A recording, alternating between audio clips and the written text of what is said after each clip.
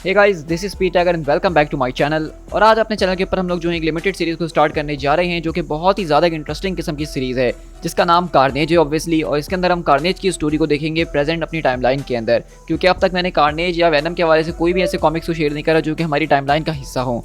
और ये पूरा का पूरा कॉमिक मेरी नज़र में एक बहुत ही ज़्यादा अंडररेटेड कॉमिक है मार्वल कॉमिक्स के अंदर होने वाला, जो कि कार्नेज की स्टोरी को कवर करता है। लेकिन इसके साथ साथ हमें इसमें स्पाइडरमैन और आयरन मैन का भी बहुत ही बड़ा रोल नज़र आने वाला है। तो जैसे जैसे कॉमिक चलता रहेगा तो उसके साथ मैं आपको एक्सप्लेन करता रहूँगा कि कौन सी चीज़ टाइमलाइन के अंदर कहाँ टेक प्लेस कर रही है, किस तरीके से उसकी बैकग्राउंड चल रहा है। तो उसकी टेंशन आप लोग ना लीजिए, बस आपको सिर्फ एक चीज़ की टेंशन लेने की ज़रूरत है, और वो ये है कि अगर आपने अभी तक मेरे चैनल स्पीड टाइगर को सब्सक्राइब नहीं किया है तो आप लोग सच में बहुत ही ज़्यादा बड़े और ज़बरदस्त औसम किस्म के कॉमिक्स को मिस कर रहे हैं, जिसको हम अपने चैनल के ऊपर डेली बेसिस पर शेयर कर रहे होते हैं। कार्नेज के इस limited comic book story arc के अंदर हमारे पास 5 इशूज़ है, जिनको मैं 5 एपिसोड्स के अंदर शेयर करूंगा। और चैनल को सब्सक्राइब कर लेंगे आप तो आप डेली बेसिस पे इनको एंजॉय कर पाएंगे। सो गाइस, चलिए बिना किसी और बात के फौरन से अपनी आज की स्टोरी को स्टार्ट करते हैं।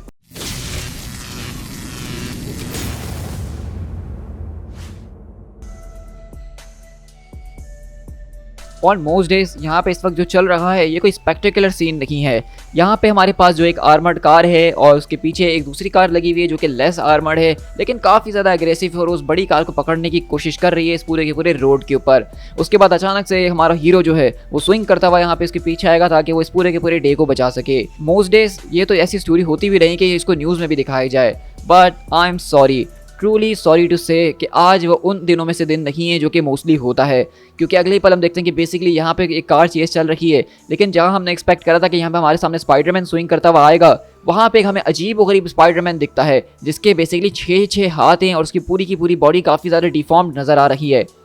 तो आप लोग एक्सपेक्ट कर रहे होंगे कि अब मेरी एक ज़बरदस्त तरीके की सुपर हीरो एंट्री होगी और मैं यहाँ के पूरे दिन को बचा लूँगा। लेकिन आई एम सॉरी कि इस वक्त मैं यहाँ से 10 ब्लॉक्स दूर एक मेडिकल सप्लाई एक्सपो के अंदर बैठा हुआ हूँ, और मेरे साथ मेरे फेलो एवेंजर यानी कि टोनी स्टार्क ने मुझे यहाँ अटेंड करने के लिए इन्वाइट किया था। और यहाँ पे काफ़ी इंपॉर्टेंट चीज़ें चल रही हैं। और हम देखते हैं कि बेसिकली यहाँ पे एक पूरा का पूरा मेडिकल सप्लाई एक्सपो लगा हुआ है, जहाँ पे हम देखते हैं कि एक आदमी जो कि बताता है। तो आई एम श्योर कि आप अपने आप से इस वक्त ये सवाल कर रहे होंगे कि माइकल हॉल, आखिरकार तुम स्टेज के ऊपर क्या कर रहे हो? तुम तो एक पर्सनल कंप्यूटर मैन्युफैक्चरर हो ना, तो तुम इस मेडिकल सप्लाई के अंदर ऐसी क्या चीज़ लेकर आने वाले हो? तो आप मेरा आने का मकसद यहाँ पे साफ है कि आप जिस प्रोस्थेटिक आर्म को यहाँ पे देख रहे हैं वो स्टेट ऑफ द आर्ट है। और फ्रेंकली आप सब मुझे काफ़ी ज़्यादा सैड कर रहे हैं, और मुझे ये फैक्ट काफ़ी ज़्यादा निराश करता है कि किस तरीके से आप लोगों के पास जो प्रोस्थेटिक चीज़ें होती हैं उनको सिलिकॉन सर्किट्स के ज़रिए कंट्रोल किया जाता है। यानी कि बस वो इतना ही जानते हैं कि उनको ऑन होना है, ऑफ होना है। All they can do is binary, यानी कि 0 और 1 की फॉर्म में ही वो अपने सारे के सारे ऑपरेशंस करते हैं। इम्पल्सेस जो हैं वो दिमाग से जनरेट होती हैं और वो सर्किट तक ट्रांसफ़र होती हैं, जो कि उनको बताती हैं कि उनको बंद होना है या चलना है। ये काफ़ी हद तक चीज़ों को करने के लिए ठीक है, मतलब आपको पानी का ग्लास पीना है तो वो आपको उठा के ज़रूर दे देगा। लेकिन अगर आप एक कॉर्नेटो को बजाना चाहते हैं तो क्या आप उसके ज़रिए ऐसा कर सकते हैं? ये सारी के सारी कॉम्प्लेक्स केमिकल सिग्नल्स जो हैं वो ब्रेन से जाते हैं, लेकिन वो उस प्रोस्थेटिक आर्म तक नहीं पहुंच पाते हैं, क्योंकि जो प्रोस्थेटिक आपको बना के दिया गया है उसके अंदर इतनी कैपेबिलिटीज़ नहीं है कि इतनी ज़्यादा ब्रेन वेव्स को ट्रांसफ़र करके उस प्रोस्थेटिक आर्म से वो ये सारी की सारी चीज़ें करवा सकें। जैसा कि आप देख सकते हैं कि प्रोस्थेटिक आर्म के ज़रिए बहुत मुश्किल से ही मैं अपने सामने बैठे हुए दोस्त टोनी स्टार्क की तरफ वेव भी कर पा रहा हूँ। टोनी, हम सब जानते हैं कि तुमने बहुत ज़्यादा ज़बरदस्त तरीके की इन्वेंशंस अपनी ज़िंदगी में करी हैं और बहुत ज़्यादा प्रॉब्लम के सोल्यूशन भी निकाले हैं। तो क्या तुम्हारे पास कोई ऐसी स्टार टेक मौजूद है जिसका इस्तेमाल करके हम इस चीज़ का भी सोल्यूशन निकाल सकें? क्या तुम ऐसा कुछ है जो हमारे साथ शेयर करना चाहोगे? तो सब एकदम हंसना शुरू हो जाते हैं और वो कहता है, हाँ, मैंने इस बारे में सोचा ही था कि टोनी स्टार्क हमारे साथ अपनी चीज़ें क्यों शेयर करेगा, और इसलिए मैंने इस चीज़ को डेवलप किया है। ये चिप जो बनाई गई है इसको कार्बन बेस्ड सर्किट्स के जरिए बनाई गई है, और इसके अंदर डेटा जो है वो 0s and 1s के फॉर्म में ट्रांसमिट नहीं होता है, वो ट्रांसमिट होता है थॉट्स के जरिए। Cold digital information is replaced with warm human intentions. ये पूरी की पूरी चिप जो है एक ऑर्गेनिक बॉडी पार्ट की तरह काम करती है, जो कि बिल्कुल उसी तरीके से चलेगी जिस तरीके से मेरे दिमाग के अंदर इमोशंस इंपल्सेस जनरेट हो रही हैं। यहाँ पे हमारा डेटा जो है 0s and 1s के अंदर ट्रांसफर नहीं होगा, बल्कि ठीक एज इट इज़ उसी तरीके से होगा जिस तरीके से वो मेरे दिमाग के अंदर जो है जनरेट हो रहा है। अगर देखा जाए तो वो बेसिकली मेरे दिमाग को जो है इस वक्त रीड कर रहा है डायरेक्टली। अब चलो, अब मैं अपने इस वाले प्रोस्थेटिक आर्म के साथ दोबारा से टोनी को वेव करने की कोशिश करता हूँ। ओह, लेकिन अगले बार उसका प्रोस्थेटिक आर्म वहाँ पे मिडिल फिंगर टोनी को दिखाता है और वो कहता है, ओप्स, मुझे माफ़ करना, लगता है कि ये चीज़ मेरे दिमाग को कुछ ज़्यादा ही अच्छे तरीके से पढ़ रही है। और टोनी बोलता है कि हाँ, ये बहुत फ़नी था। और अगले बार टोनी इस पूरे के पूरे एक्सपो से बाहर निकलता और कहता है कि पेपर, मैं इस वक्त टोनी बात कर रहा हूँ और मैं चाहता हूँ कि तुम इस वक्त फ़ौरन से जो हो माइकल हॉल की कंपनी के रिलेटेड सारी के सारी फाइलिंग्स को निकालो और पता करने की कोशिश करो कि वो इस बिज़नेस में कब से आया है। तो वहीं से पेपर बोलती है, क्या हुआ बॉस, क्या उसके पास आपसे अच्छी गाड़ी आ गई है जो आपको अचानक इतनी परवाह हो रही है? नहीं, मेरा बस जानने का यहाँ पे ये मतलब है क्योंकि यहाँ पे जिस तरीके की इन्वेंशन वो आज लेकर आया है वो उसके लीक से बिल्कुल बाहर की बात है। और उसके ये पूरे के पूरे एक्सपेरिमेंट को देख के काफ़ी ज़्यादा अमीर लोग जो उसके अंदर इंटरेस्ट रख रहे हैं। और सच कहूँ तो ये चीज़ मुझे बिल्कुल भी पसंद नहीं आ रही है।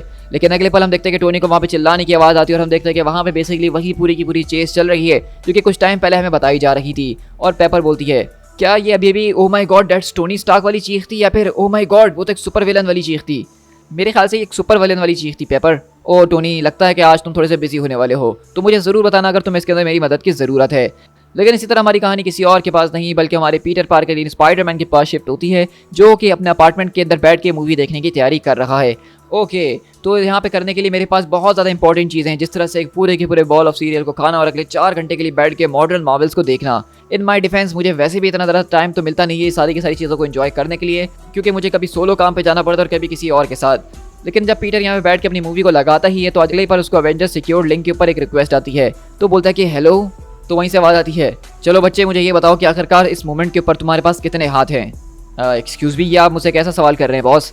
देखो, तुम मुझे बता सकते हो कि 2 से लेकर 6 के दरमियान तुम्हारे पास कितने हाथ हैं? तो पीटर बोलता है कि मेरे पास तो 2 ही हाथ हैं। चलो अच्छी बात है, एटलीस्ट अब मैं इस बात को जान गया हूँ कि ये चीज़ तुम नहीं हो। ये चीज़ आप किस बारे में बात कर रहे हैं बॉस?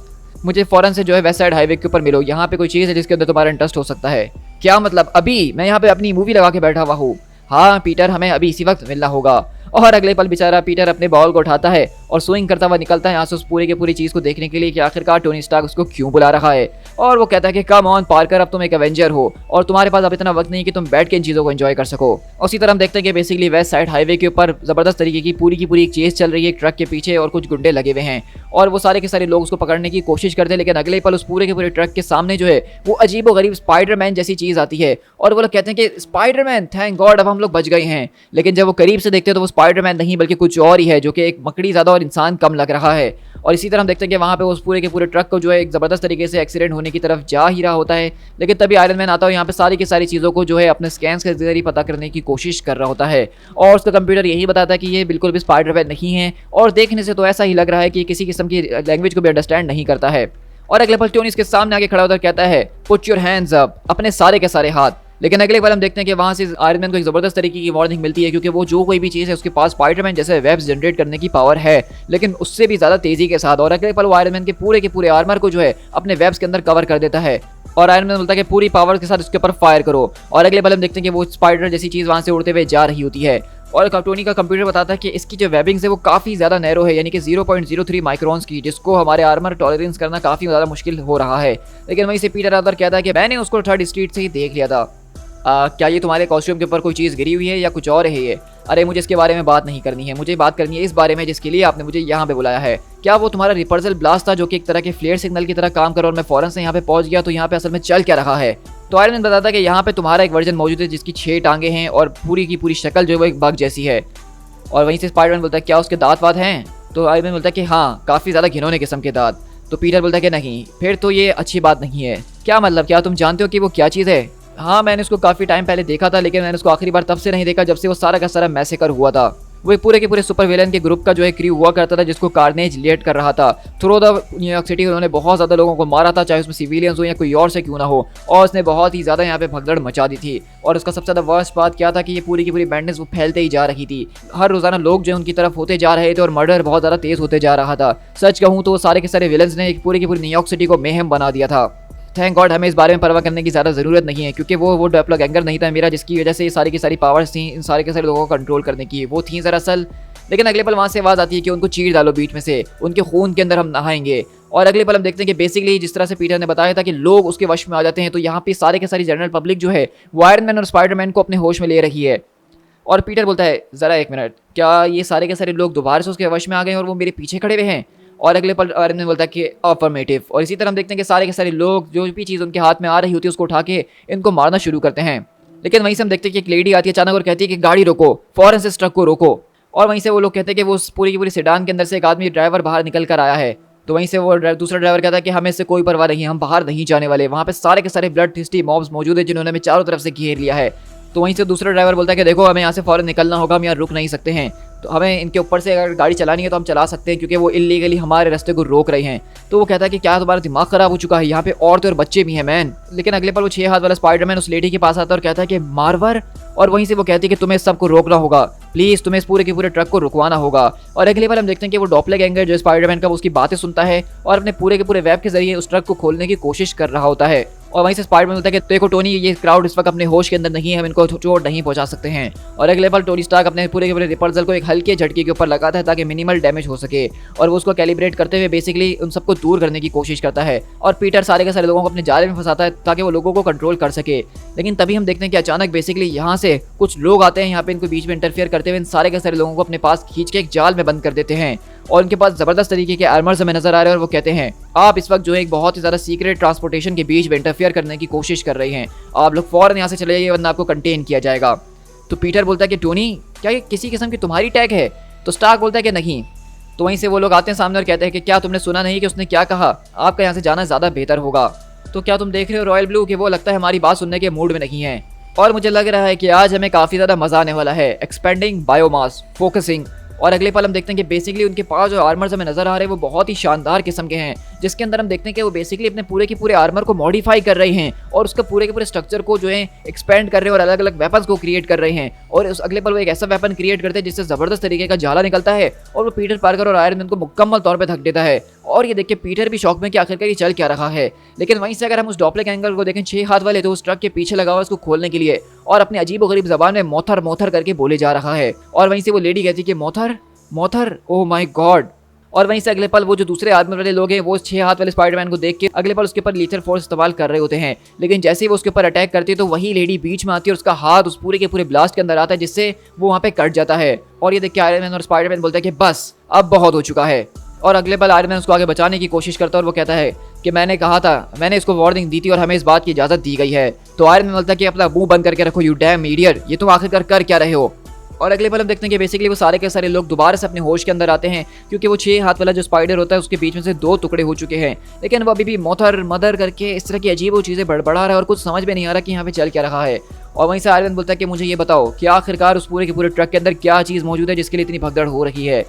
और अगले पल हम यहाँ से शिफ्ट होते हैं उस पूरे के पूरे ट्रक के अंदर जो कि उस फैसिलिटी के अंदर पहुंच चुका है और बताया जाता है कि Francis Louis Barrison Alice Sandra Dale Alice Shrek, जिसका एक और नाम श्रीक है।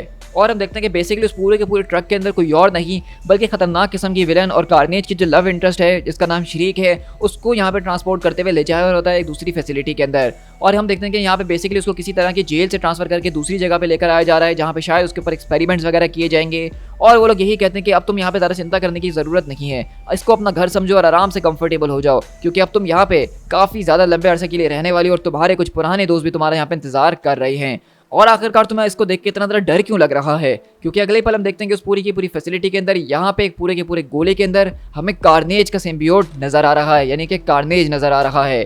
तो अभी मैं जानता हूँ कि आपको ये कहानी बिल्कुल भी समझ में नहीं आ रही है कि यहाँ पे क्या चल रहा है, किस तरीके से कार्नेज को स्पाइडरमैन आयरन मैन की इस पूरी की पूरी स्टोरी के साथ जोड़ा जाएगा। लेकिन ट्रस्ट मी, जैसे जैसे ये स्टोरी आगे प्रोग्रेस करती जाएगी ये स्टोरी बहुत ज़्यादा इंटरेस्टिंग बन जाएगी। To be continued.